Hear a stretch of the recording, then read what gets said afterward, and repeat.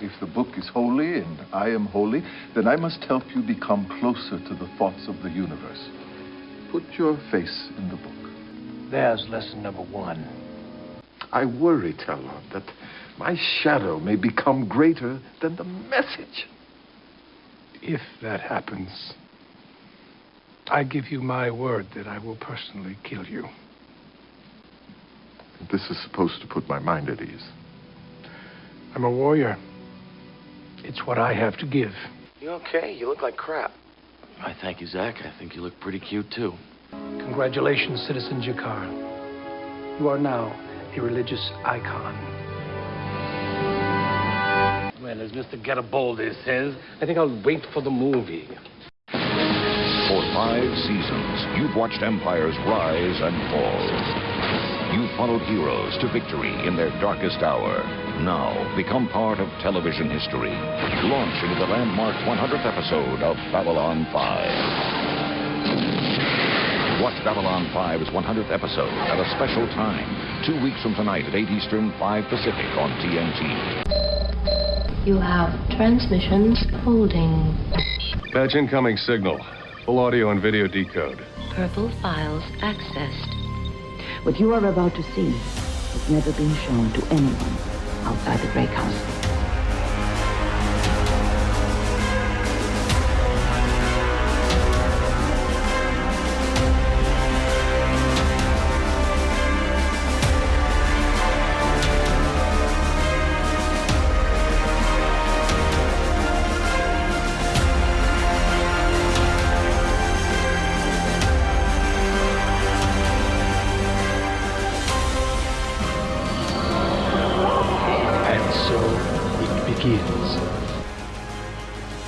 Hello, everyone out there in podcast land. Welcome to Grey 17 of Babylon 5 podcast, part of the Front Row Network and NPR, Illinois Community Voices. We're a group of newbies watching Babylon 5 for the very first time, and a group of old bees who have been watching for far too many times.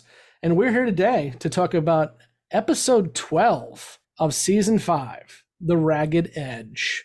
I'm Scott, and with me is... Much like the title of this episode, so goes my voice this week, Blake. Nicole. Emily. Jessi. Before we get started, a reminder to check out all the links down below. We've got our social media links. We've got our Instagram, Twitter, and Facebook. If you hop on Twitter, you can talk to us first ones because there's spoilers over there. On Facebook, we've got the newbies all hanging out. And we also have our Discord. So if you join our Patreon at any level, you can join up on our Discord and chat with folks in both a general chat and a spoiler-filled chat. And a big thank you to our producers. Those are our Grey Council members who provide the greatest donation every single month. Their names are listed down below as well. We've also got merch and everything else you can check out. I just released some campaign merch for 2024. So if you're as tired of the campaign as I am, you can get some fun merch that have nothing to do with people who are living today. And a reminder to please make sure to like, subscribe, follow, do all of the clicking of the buttons. And if you can, the best thing you can do for us is to head on over to Apple and leave us a review. We got another one that came in this week, and this one comes from, this one's a little topical, HK,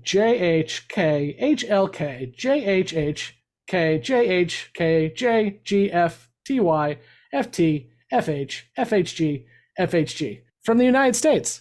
Thanks for having that username. I appreciate it. And they say, fun, but it could use a little balancing. This is a 4-star review, so let us read it. I discovered B5 in February and started listening to this podcast about a month ago. I have enjoyed listening to the newbies making predictions and being way off, or even being correct. Some of the conversations go off the rails, but they are still fun. There is only one negative. While I really do not mind the entire group leaning left, parentheses, I lived in Los Angeles, so I heard it all the time, in parentheses, I kind of wish that they would agree that the fact both people who lean left and those who lean right, regardless of who created and wrote the show and with what intentions, maybe the left and the right have a lot more in common than most believe, especially in these partisan times.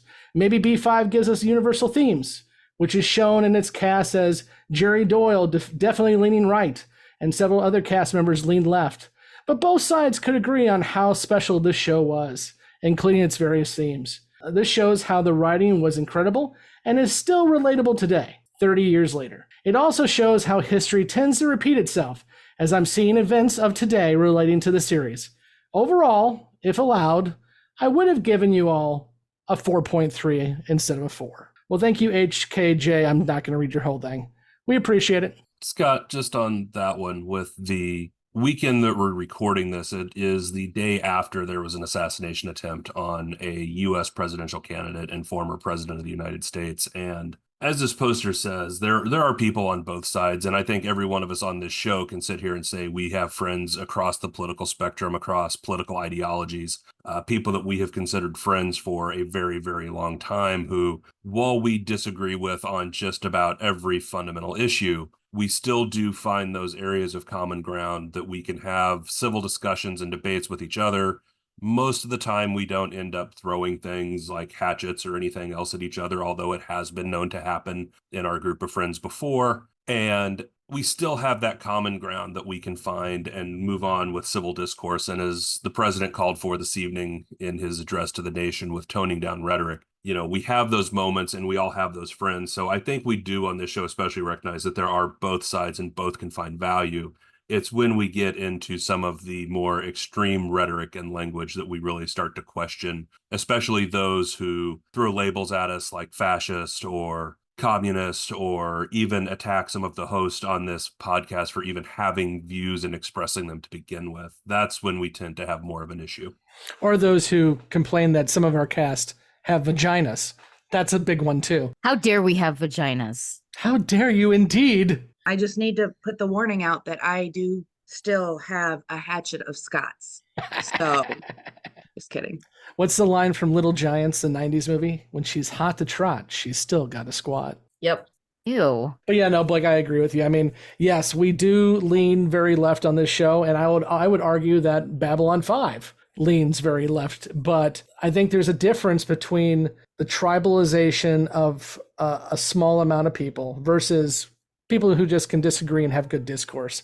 We just got to get rid of those tribal people. Just get rid of them. It'll be fine.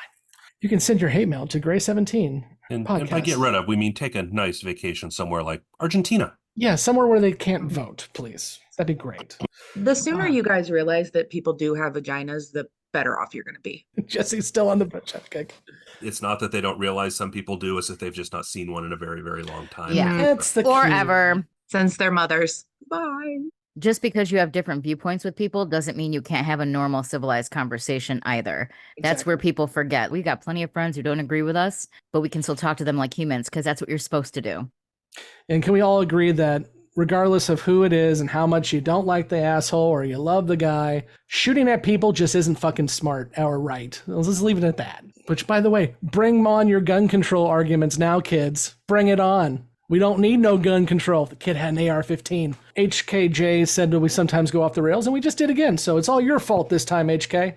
Thanks for that. Let's go ahead and start talking about the 12th episode of the season, guys. We only have, now I'm not including a couple movies and a couple specials and everything else, but we only have 10 episodes after this of Babylon 5. We are really coming down to the end. And actually, as you start seeing this episode, and this is not a spoiler, I don't think, but you saw it, we're starting to say goodbye to some characters, or at least building up to goodbye for some characters. So JMS is bringing this sucker in for a landing with 10 episodes to go. So let's talk about the Ragged Edge. Jessi, I believe you have a synopsis for us. That I do. Another attack on the Alliance ship brings Garibaldi to the Drazi homeworld to search for a witness. Jakar finds himself the object of unwanted attention. And we get Talon back. I love Talon. He's one of my favorites. Okay, let's go ahead and get our first impressions from our newbies. And as you can see, we are a little short this week. Again, the summertime always bumps up with vacations, and some people have illnesses, and some people are getting drunk at Disney. So, I mean, it happens. We'll have some more folks here next week. But let's go to our newbies we do have. And Emily, first impressions on the Ragged Edge. It was fine.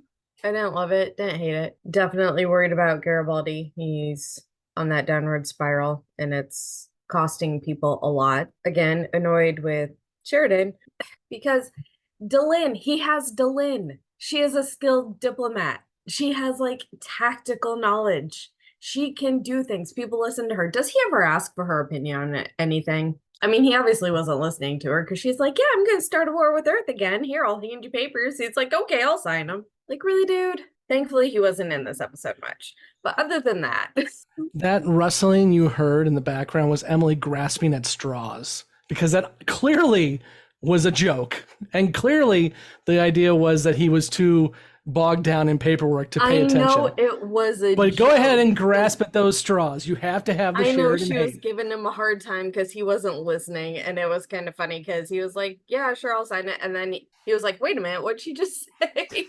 I love watching Blake while you were talking, looking at a train wreck, like, what?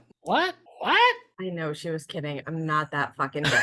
Thank you. I didn't say you were dumb. I just said you're grasping at straws. That's all. He just irritates me. I feel like he could be a more effective leader if he actually consulted with people who have skills. And he has Delin, and we know she has like diplomatic skills. Well, and we'll talk about it, I'm sure, but I was out a couple weeks, and I think Ryan was the one from Yum Yum who said it best, is this guy was a military commander. He was never built to be a president of an alliance, and we can tell. Exactly. All right, let's go to Nicole. First impressions. Yeah, this was a interesting episode. I was happy to see Talon as well. I really like him, so that was cool. I thought the Jakar stuff was interesting. That beginning dialogue when Londo and Jakar came back to B5 was hilarious. I really do love them together. Their banter back and forth is just so funny and can really make any episode. Obviously, when Garibaldi went over to Drazi, which, by the way, did Drazi look depressing? Like, it did not look like a fun place. The hotel room was nice, but it looked kind of gray and icky and hot and miserable. So don't ever go to Drazi, apparently. I was really sad to see what happened to his friend because he seemed cool. He's really slipping with the whole, oh, I don't drink anymore. And then he kept drinking anyways. Like, it's like he fell into his old pattern because his buddy was there, right? And that was really disappointing. But I was almost more concerned about what news and confirmation Franklin was getting. And I was like, are we going to find out? If they don't tell us when this episode ends, I'm going to be pissed, But at the end, when he went to talk to Sheridan, I'm not going to lie, I was sad because you guys know I love Franklin. And I was like, no, you can't leave. Sounds like JMS is just kind of wrapping up everybody's characters, So I guess it makes sense because the show will be ending. So yeah, but overall, I thought it was a pretty good episode. It really is kind of showing that slippery slope Garibaldi's going down, but had some lighthearted fun with the whole Jakar coming to terms with the fact that he's now a religious leader and the banter he had with Londo. So yeah, overall, pretty decent. Jessi, what do you got? Well, you can just call me Emily because I did not like this one at all. Ooh. I didn't. Going from Koresh lighting himself on fire to nothing about the telepaths, no Lita, no nothing at all. Just a very cold turkey type ending. And I know I complained about the telepaths, so I'm just not happy either way, but too much or not at all. I don't know. Not a huge fan. Don't like that Garibaldi's drinking again. Don't like that his attitude is very accepting of it, unlike the first time we watched him, where he was very quick to reel it back in. This time it seems like he's just sliding right back into that absolute depth of bullshit that is alcoholism. And then I don't love the league stuff, I guess. It's too much Sheridan for me. I'm with Emily on that one. I can handle him in little doses. I'm not a huge fan of having to see him all the time. And then we saw one of probably the worst death scenes. I would say top 5 worst scenes that I've seen in my whole life. The man was super stupid dramatic and just, it was bad. But other than that, I didn't hate it. So there's that. Let's go to our first one, Blake. First impressions. So this episode, it's not one that I dislike, but I wouldn't list it in my top episodes either. It's got some good elements to it, particularly with where the story's headed, and it's starting to see those wrap-up pieces with Franklin, and even the callback to Dr. Kyle, Benjamin Kyle, back on Earth being the person who's retiring and pulling Franklin back. There's also, as was mentioned, the reappearance of Talon, which is great. We had that interview with Marshall Teague. That was I think that was almost one of, if not our first cast. It was our first cast interview, and it was freaking amazing.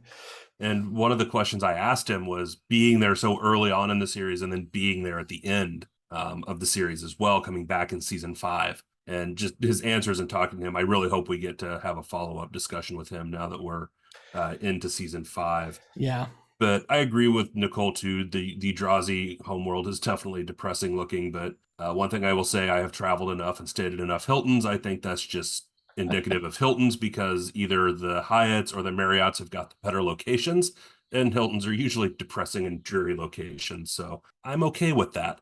Hey, I'm a stayer at Hampton Inns, man. I get my Hilton points and my free breakfast. What do you want? And I've got status with Marriott, so suck it. I got status. Ooh. But like I said, overall, it's not a bad episode. It's just one that if I'm wanting to do a quick rewatch, I would probably skip over it. I think you can get the gist of it in later episodes and earlier without needing to stop here. I really see this as kind of a reset episode. It's almost like season 5B, because the telepath stuff, at least the Byron stuff, is now put to bed or put 6 feet under. So now we're kind of, okay, what are we going to do for the rest of season 5? And this is kind of like a pilot for that, I think. There's a lot of little things that are spread throughout this episode that I can't talk about yet that will come back. Much like when we were watching season 1, there's a lot of little stuff that comes back. There's a lot in this episode that will come back that you guys will be like, oh, yeah. But yeah, I think the highlights of this episode for me, I think Jerry Doyle's acting is great, as usual. Unfortunately, as we've talked about many times, he doesn't really have to act out being an alcoholic because it was part of his life, but he really does show that well. I think the people around him on the Drazi Helm world probably could have been a little better actors to help with that, but we'll talk. And the G'Kar stuff. This is another step in G'Kar's arc that we first ones have known is coming since obviously the beginning, but I'm excited to see this now that we've had the villain G'Kar, we've had the militaristic G'Kar, we've had the G'Kar who enlightened himself and became something better, but now he's feeling the repercussions of that now people are using him as a symbol, and how does he deal with that? And I love that piece. And Blake, as you mentioned, Marshall Teague's a treat. He's great. We actually, when we interviewed him, Talon hadn't shown up yet. So we mainly talked about him as the infection. Now that the newbies have met Talon, I am hoping to get him back so you all can talk to him as well, too.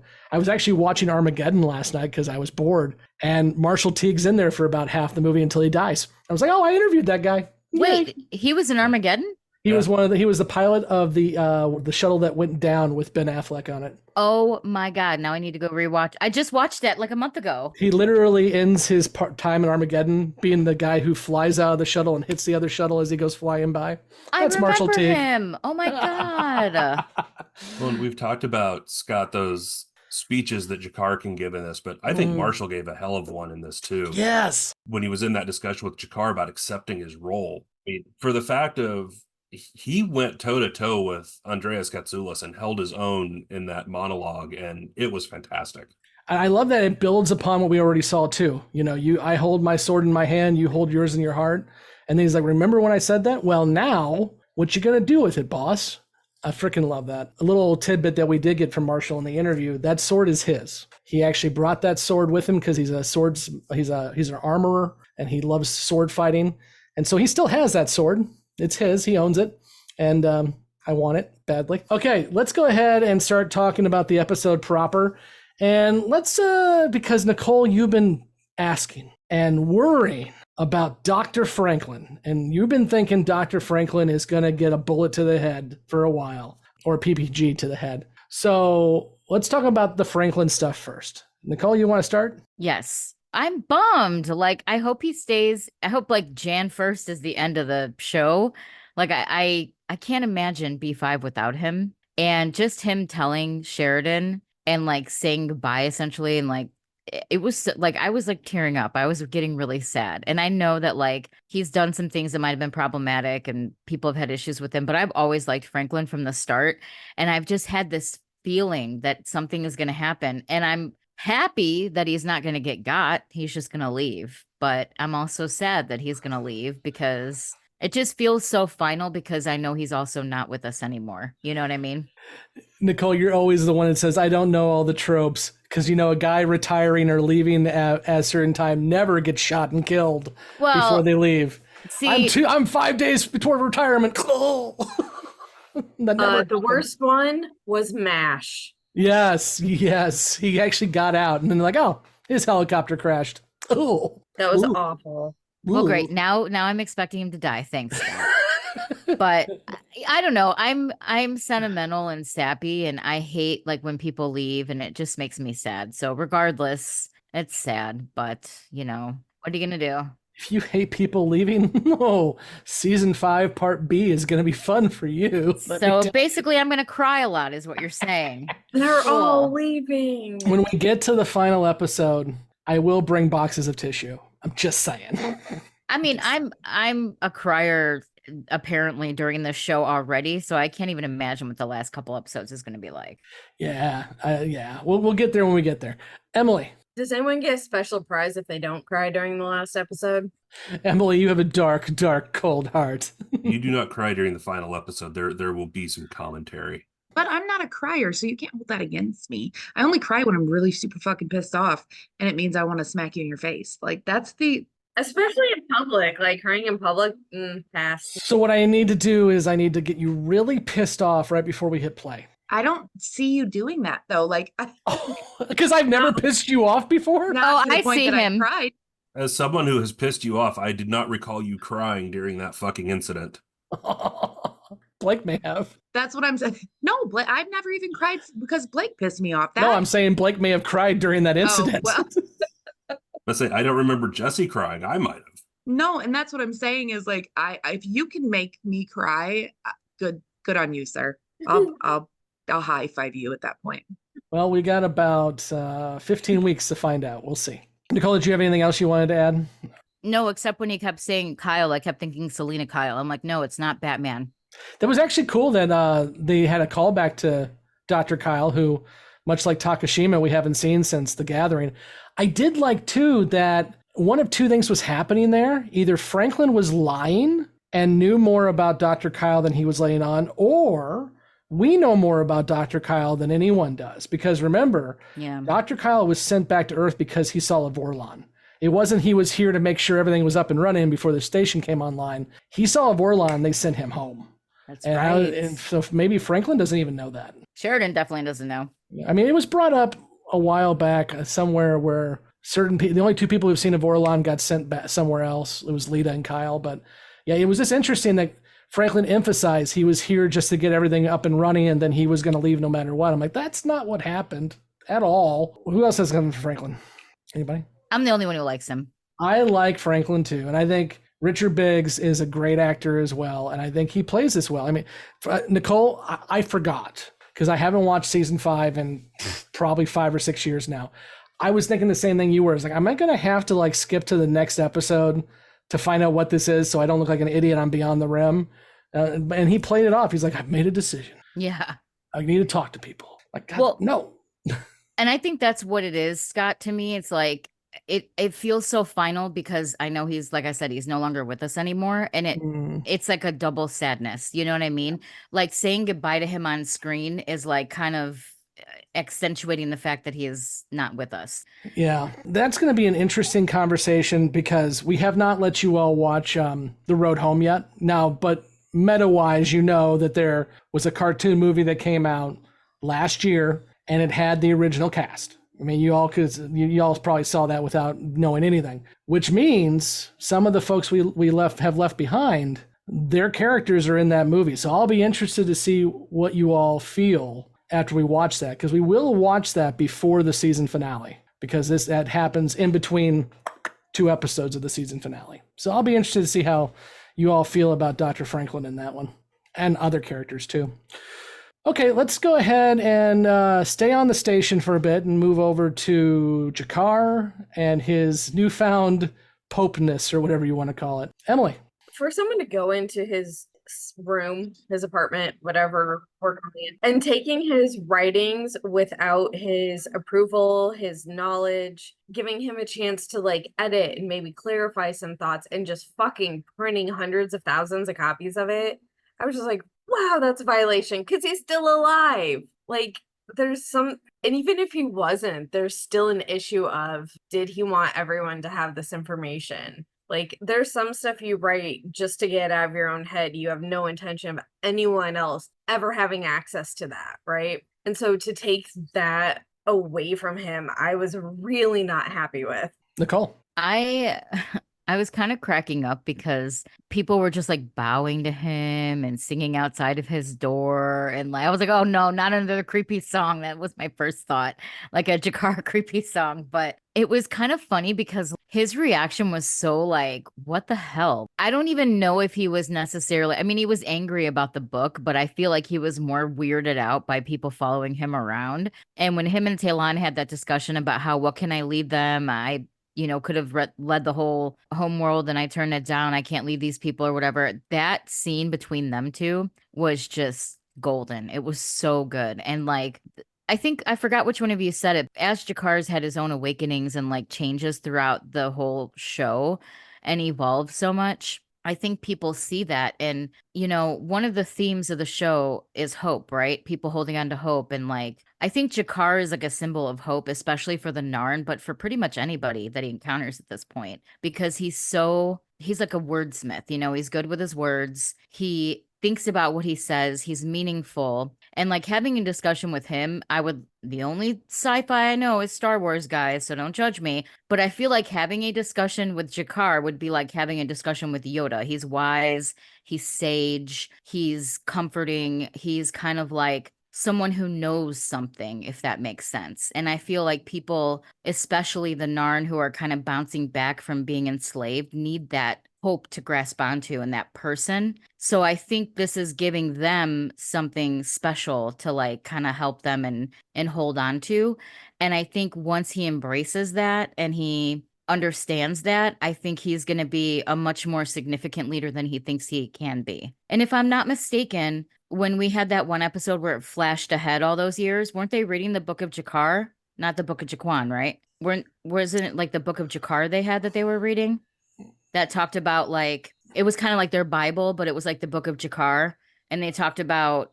I'm trying to think which flash forward you're thinking, because the only one we really had was War Without End, and that was Sheridan, Delenn, and Londo. I mean, Jakar shows up at the very end. No, it was those people where it was like in a post-apocalyptic, and they were in the room, and it was like they were rebuilding society. And they had the book, and it had like what the hell? Okay, so that was the Rangers who were pretending to be Rangers. monks. Yes. Okay. And were they reading the Book of Jakar? They were writing their own book. It was a new book, but Jakar the Wise was mentioned. Okay, because I remember it was the why am I blanking on the Rangers? It was like they were talking about the Rangers, and okay, I knew there was a correlation to Jakar. Yeah, there. Okay. They definitely name dropped Jakar the Wise when they were talking about it, because he was going over the story of how the burn happened and everything else, how the alliance began. Yeah. Mm-hmm. Mm-hmm. So Jakar has a significant role much beyond his years, clearly. So I just think it was a really kind of a cool way to set that up, because it showed you that he's still kind of humble in a way. But I think Talon was able to talk some sense into him. Like, I carry my burden. Are you going to carry yours? Like your sword is in your heart. Like that whole, I'm a visual person. So the whole demonstration really got me. So I thought that was really cool. So yeah, it was really fun to kind of see that evolution of him going from like, oh, this is weird to, okay, let me see what I can do. And I think that once he embraces it, he's going to be a prophetic leader to people. Jessi? Maybe.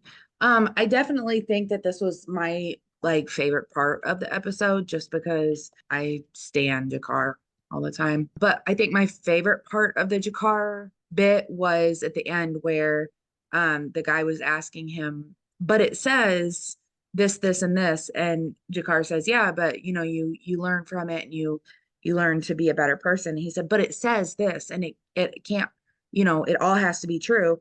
And he's like, when I'm watching it, I'm thinking, motherfucker, I wrote this. Like, you can't tell me what this means. I wrote it. He did that, but in a more slick way. So put your face in the book. And, if you trust, if you trust blah, blah, blah, put your face in the book, and then whack.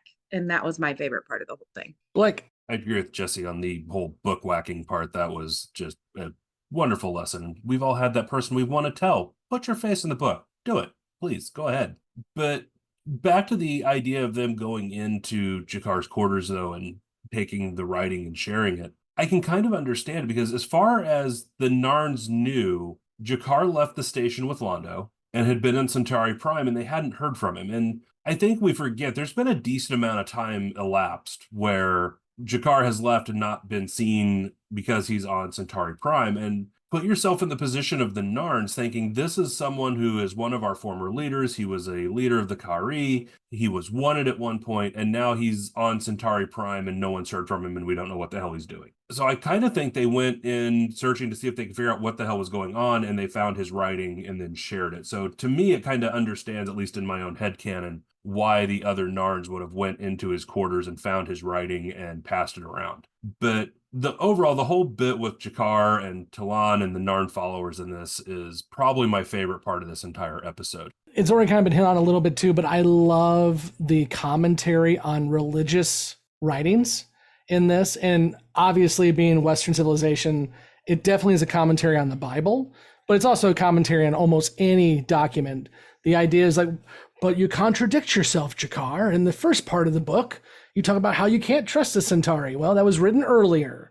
Now imagine 2,000 years after it was written, and like, well, which one was written first? All the books of the Bible really are written by different people at different times, long after Jesus, or if you're talking the Old Testament, long after Moses and everything else. So what do you believe? What contradicts what? How do you figure it out? And I love Jakar's decision on how to handle that. Put your head in the book. Just shut the fuck up and beep. There is no answer. Just deal with it, fucker. So I loved all that. And it's when JMS talks religion, even though he is not a religious guy, I appreciate it because he never goes heavy-handed on it, but he does make commentary, and I think I enjoy it a lot. I wish Mike was here because Jakar is his favorite character, but he's too busy, being with Mickey right now. So what are you going to do? The last thing on the station, which wasn't much of anything yet, but it obviously is foreshadowing something, and that is Londo's stuff. And the fact that Londo does not know what's going on Centauri Prime.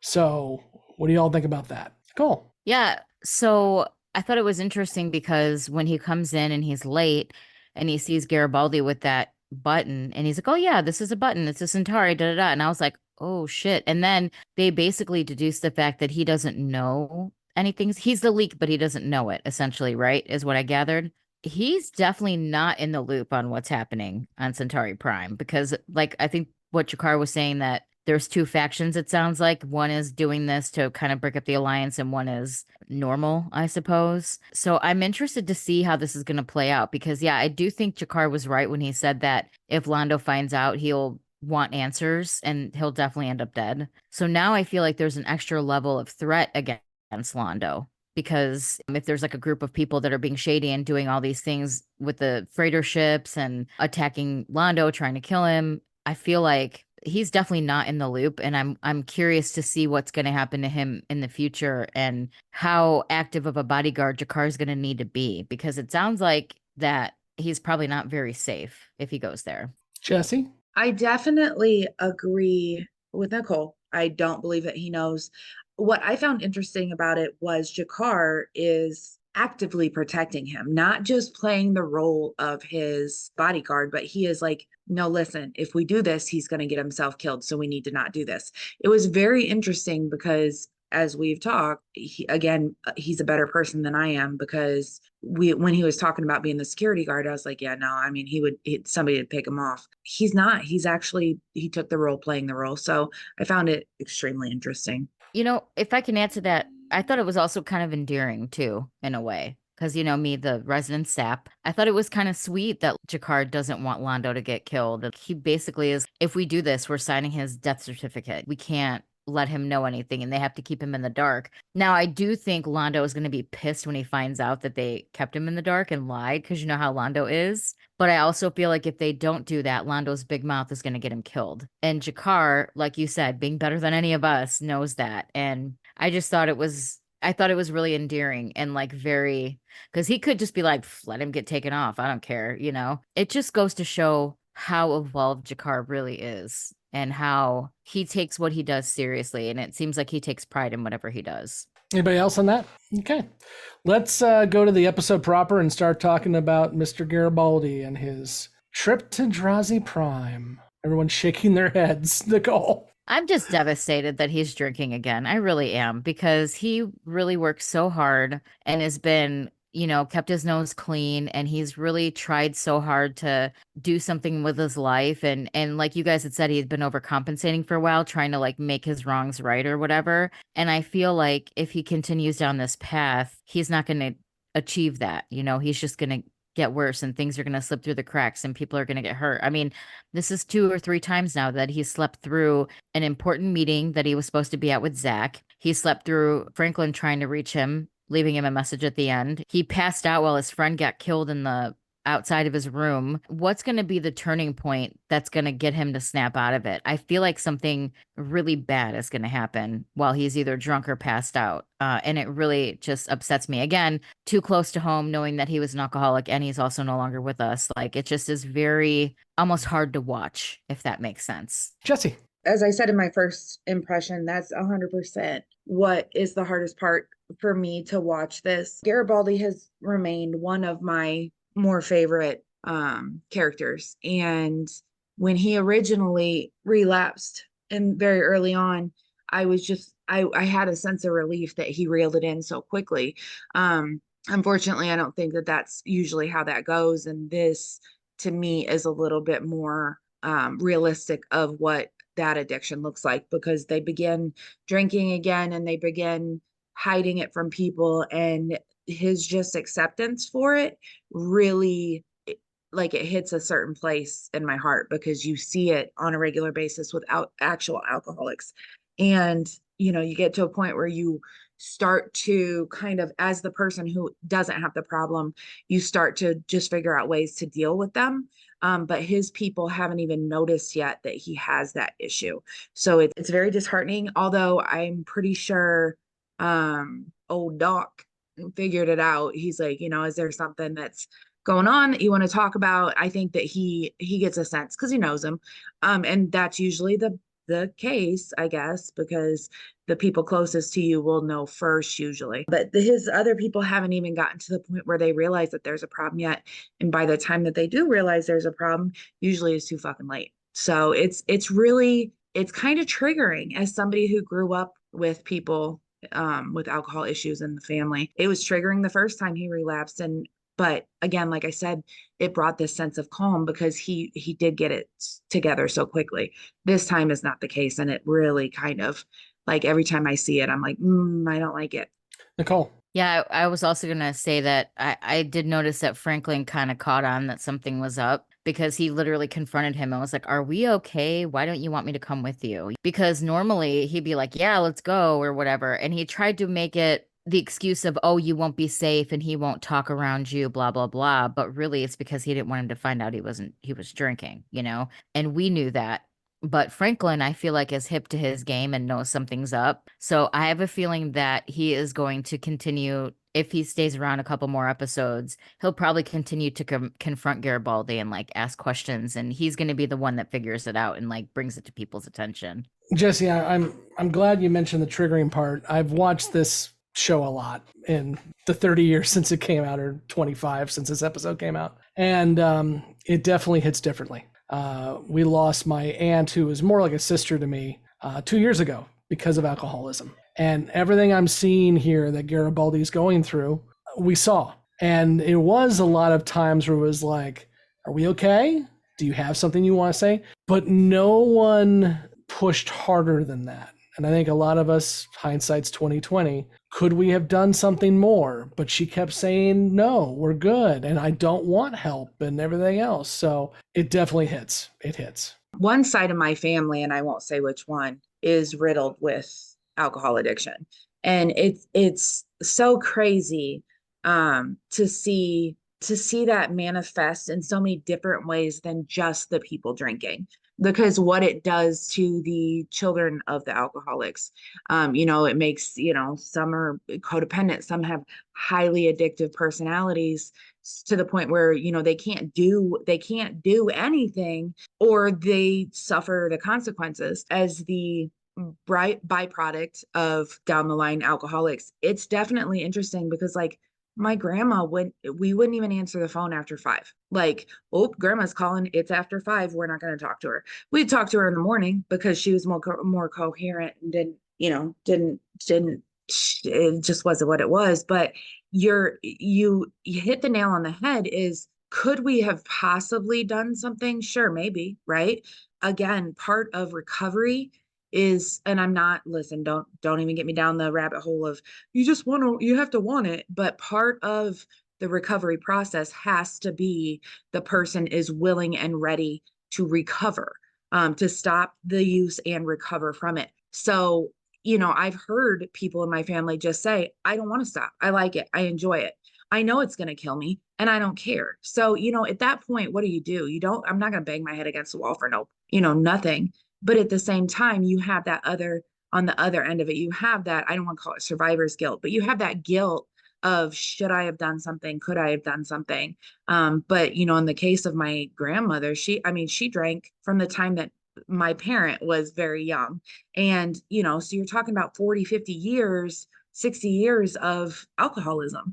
It is what it is. You just find ways to cope with it. So yeah, this part of the series is not my favorite. It is what it is. I hope we see other stuff. Nicole. Yeah, I was going to say, Jessi, you kind of hit the nail on the head there with that, because when it comes to people with addiction, you can do as much as you possibly can, but if they're not willing to accept the help, or they don't want to stop, they're not going to. I had a friend who had a drug addiction, was a little different than alcohol, but he came to us and said, oh yeah, I want to stop. So we found him a place to go, a rehab center.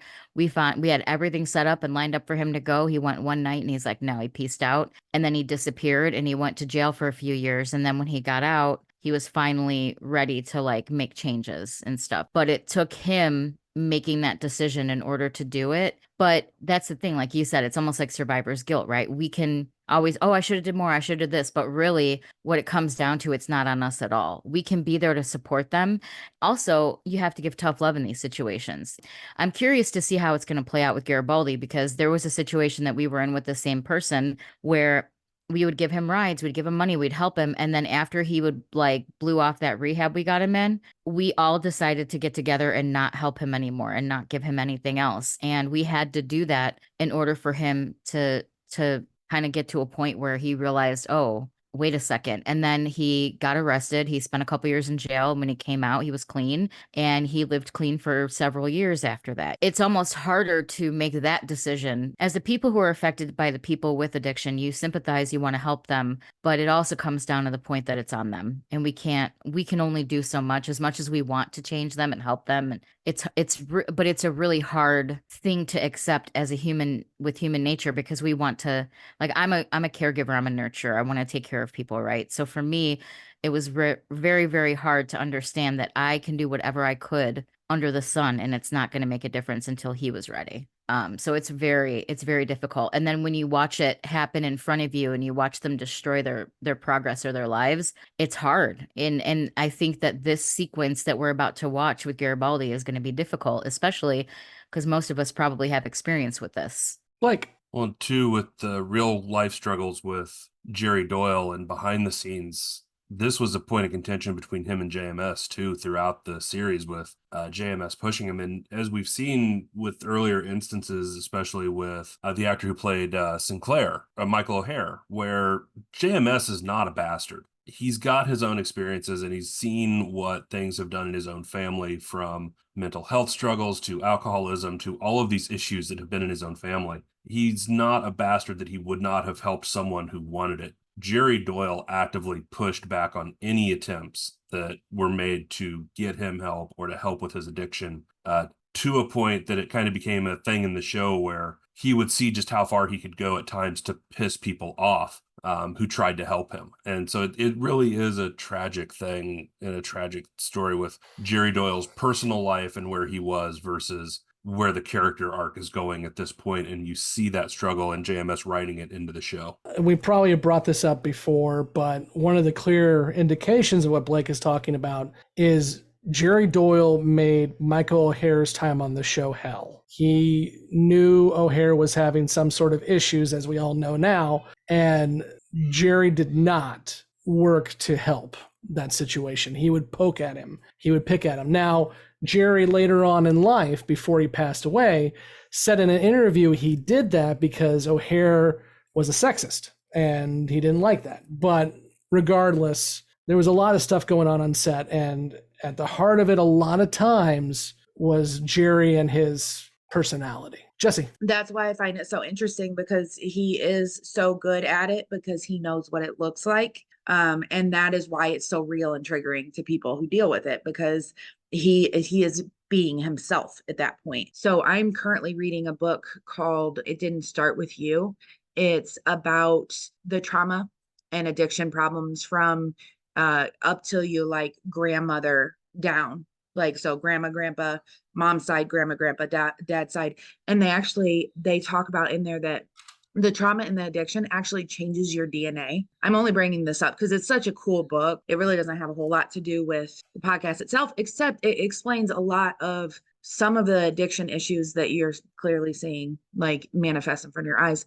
But it talks about, if such and such did such and such, it will pass down, and your DNA is embedded with that trauma and that addiction. So it's interesting.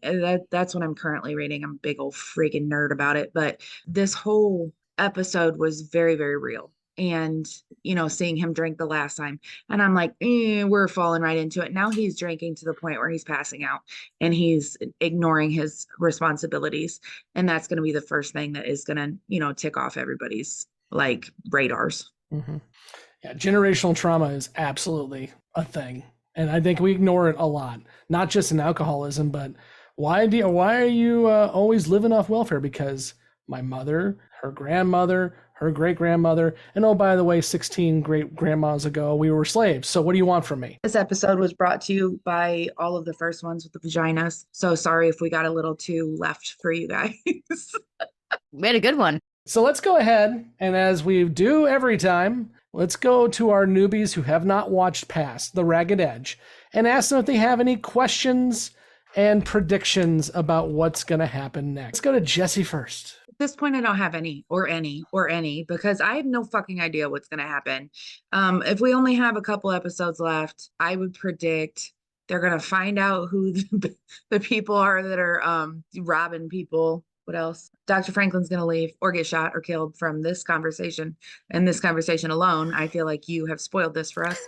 I hear angel wings. You guys, you gaslight mother effers. I still giggle about that to myself when I think about like when I saw the angel and I was like, motherfuckers, they were talking so much shit to Justin. Jessi, like, you're the one who wants to do the commentary on every episode we've done. Wait until we get to every episode with Kosh, because every goddamn episode is fun. Oh, that's amazing. I can't wait. I like I'm telling you, I still giggle about it. Like I'll just randomly be doing something and I think about Justin and his angle win. What the hell? I'm not even drinking. Angel wings. There we go. I mean, I honestly don't have a whole lot of a clue of what's going on. And I feel like that's been a common theme since episode 1 of season 1. Emily, questions, predictions. I'm hoping Garibaldi can get it together, because I really don't want to see how bad he can spiral. I mean, it's already cost his friend his life. I'm not sure how much worse it can get, but it can get worse, I'm sure. And are we supposed to assume that contact he was there to meet is now dead? Did they confirm that guy died? Well, he said the pilot is dead. I mean, we didn't see a body. So, I mean, Marvel rules, I guess he could come back, but for those Uncle Ben people. But wasn't that the guy that he checked his pulse against the wall, the pilot? Okay, so we actually did see a body? Okay.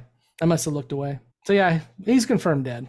Emily doesn't agree. Emily thinks that there's conspiracy. I was trying to figure out which person she was talking about. When he ran down and he was running through like the park or whatever, there was the guy that was against the wall and they were like doing something to him.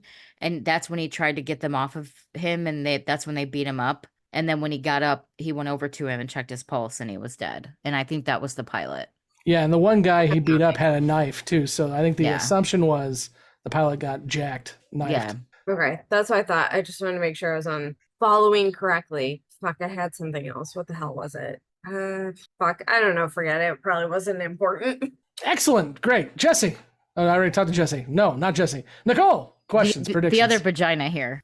There's so many, I can't tell you apart. Yeah, we're all the same. So many vaginas and boobs. One of the reasons why I call it everyone's name every time you talk is not because you don't know when you're going to talk.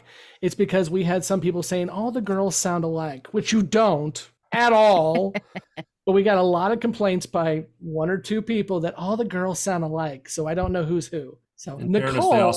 In fairness, Scott, they also said they sounded like angry lesbians. So they not the same person, but yes. So Nicole, vagina number 3, would you like have your questions and predictions, please? Yes, I would. Well, now, Scott, you have me convinced that Franklin is going to die. So is Franklin going to die is my question. Also, is Garibaldi going to die? Like, is he going to like fuck up so bad that he doesn't make it? Like, because I'm really concerned about this whole Garibaldi drinking situation. Obviously, I want him to make it on the show, but I don't know, man. It's looking pretty dicey. Will the Centauri who are acting a fool and, killing freighters and all that, are they going to find out, or are they going to cause a problem with Wando? Like, is that whole faction, is there going to be a conflict with those two factions, I guess? Or will the Alliance get to them first and kind of put the kibosh on that before it becomes an issue? That's my other question. And then I think prediction wise, I honestly have no fucking idea what's going to happen next, because anything can happen at this point. I just hope we don't see the telepaths again, but Well, funny story, Nicole. We'll be back next week to discuss the core is mother, the core is father. Great. Great. So, hint, you may see some telepaths. That's amazing. I love it. The timing on that was perfect. I'm assuming Buster will be back. It can't be all bad, right? Right. It's an interesting episode. It's I enjoy it. I think Justin will enjoy it for other reasons, and he'll be back next week to discuss those reasons. I did not see that coming. Haha. Oh boy. Okay, well, thank you all for joining us. We're going to send our newbies out the airlock, and Blake and I will come back to have the shortest Beyond the Rim ever as we answer 3 questions and no predictions. Thanks, guys. You're welcome. A reminder to like, subscribe, follow, click all of the buttons. If you're listening to us on the audio podcast, check out our YouTube channel. If you are listening to us or watching us on YouTube, check out our audio podcast. All links are down below. And join us on our social media, specifically if you want to chat with the newbies. Join us on Facebook. And if you want to talk spoilers and everything else and watch us get picked on by JMS a lot, you can join us on Twitter. And if you join our Patreon at any level, our Discord server gets opened up for you. And there's a lot of fun stuff happening there as well, too. Now, before we end things, I do believe we are missing a segment, Jessi, that we have to get to. As you're like losing your shit on the screen. Yes. Jessi, do you have some conspiracy theories? I have one today, yes. And it is a fucking doozy. So you are all welcome. Before he was involved with Henrietta Pussycat and King Friday the 13th, if you didn't watch Mr. Rogers, Scott, you and I are going to have problems. So, it was the Henrietta Pussycat, took me a minute, but as soon as you seen the King, I got it. I'm good. King Friday the 13th. Before Mr. Rogers was involved with any of the wonderful characters of his show, he was a deadly military sniper. No fucking way. I mean, it is always the quiet ones, I guess. I was out with my partner at work, and he said something about Mr. Rogers being a sniper. And I was like, what the fuck did you just say? And that led me down a rabbit hole for a good solid hour of Mr. Rogers conspiracy theories. Yeah, interesting shit. Going all the way back to our review at the beginning of the episode, and a reminder to leave reviews, because we do obviously talk about them, but you want to have a non-conspiracy Mr. Rogers moment that will make your heart like elevate 15 stories. Check out Mr. Rogers addressing Congress, because PBS was going to be destroyed, decimated, cut, removed from the budget. And in literally 10 minutes, Mr. Rogers saved PBS. And it's still to this day here. And literally the chair of the committee that was going to cut PBS from the budget just said, well, I guess you just got your funding. So check that speech out. It's freaking amazing. And the whole point is, regardless of where we're from, what we think, we can all get behind some things. So maybe not Mr. Rogers blowing people's heads off, but addressing Congress we can do. Another one is he has tattoos. I don't know about that, but Tell me he's got a big old Popeye tattoo on his bicep, I would be interested to see that. Well, this world would be a lot better off if Jim Henson and Mr. Rogers were still around. Just saying. Okay, now we're off that tangent. Thanks, Jessi. You're welcome. And if you didn't catch our live conspiracy theory hour or 3, that's on our podcast and our YouTube now, and Jessi brought them all, so check it out. Until next week when we discuss maybe telepaths, Nicole. I've been Scott, and with me has been Blake. It's Nicole. Emily. Not Blake, but Jessi. And Justin, Kevin, and Mike. Maybe. Kind of. Not Possibly. Really. Enjoy Mickey Mouse. Don't get arrested, Mike. Okay. You guys have fun in your Beyond the Rim job. Have a great day. Jesus Christ. Bye. All right, bye. Adios. Thank you for listening to Grey 17, a Babylon 5 podcast. You can find all the places to listen to and watch this podcast at anchor.fm/Grey17podcast or youtube.com at Grey17podcast. We want to hear from you, so join the conversation at Facebook, Twitter, Instagram, YouTube, or Patreon. Be sure to subscribe and leave a review where you are listening to or watching this podcast. Grey 17 is not affiliated with, and the podcast has not been prepared, approved, or licensed by Warner Brothers or any other owners of the Babylon 5 copyright. All clips included in this podcast are the intellectual property of the respective copyright holders. They are included here for purpose of review, and no infringement is intended. The opening and closing themes are available from Falling Matter on YouTube. And what's out there? The rim, And beyond that? the truth.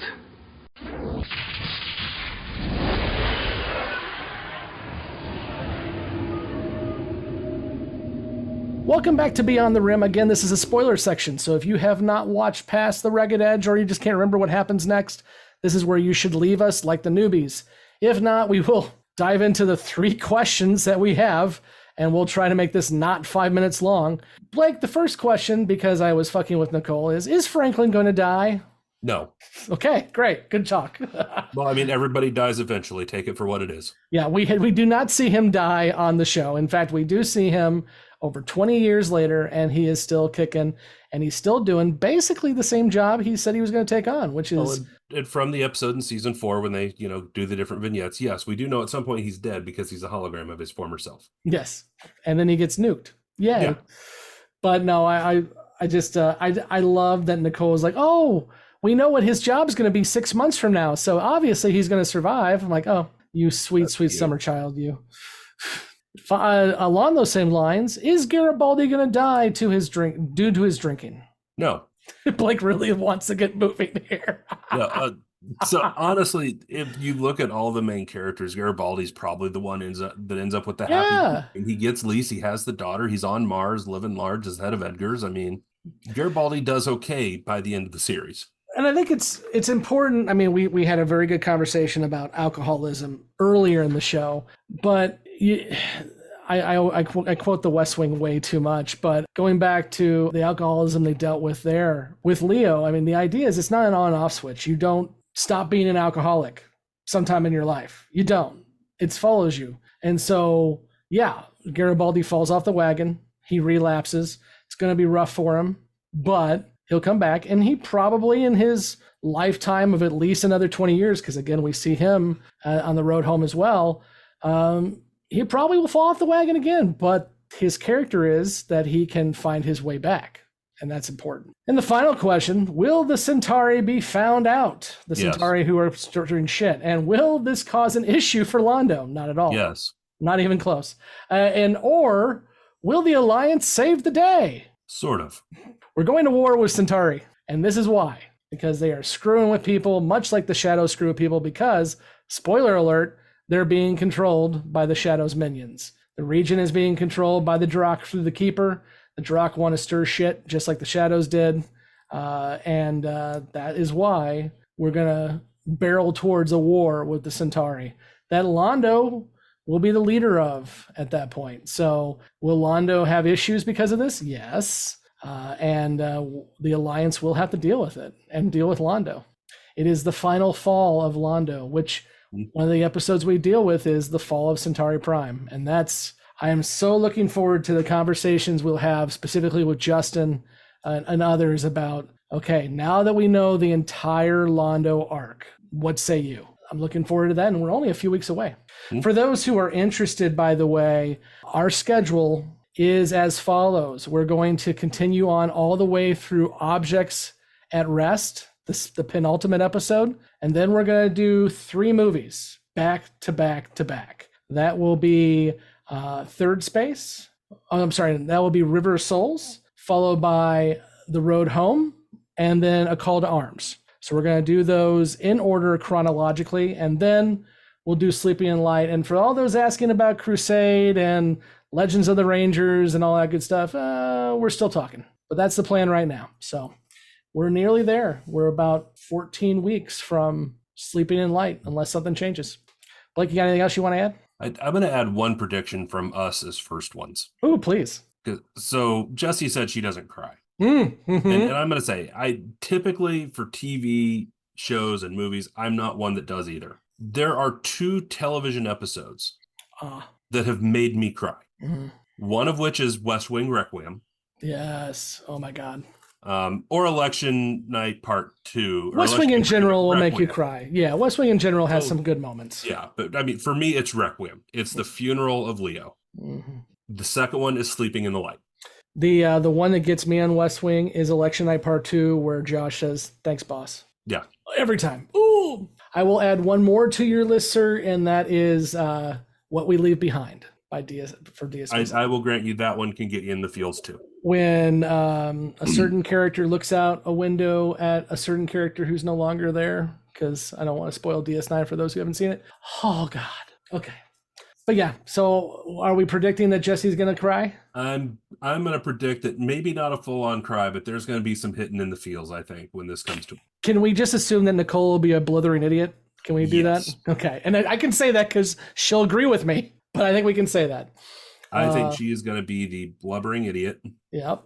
Crying. I think Jessi's going to get hit in the feels. I think Justin will be crying. I think so too. I think Justin will too. Yes. Emily will be reading her smut. Well, Emily will be, well, I won't say that, but yeah, we'll see. We'll see. Okay, buddy, I think that's it for this week. So again, a reminder, even though you just heard this like 5 minutes ago, click all the buttons, join us on our socials, and if you can, please leave a review. They really do help us get the word out on the show. And stay tuned. We've got some exciting stuff coming before we wind this sucker down here later this year. We're looking forward to it. Have a good one. And I've been Scott, and Blake. He's Blake. The end. Bye. Done. You fucker. Jesus Christ. It's an ant. Not even one that can bite you. It's just an ant. Well, it's dead now. Okay, well. Am I not muted? Sorry. Jesus Christ.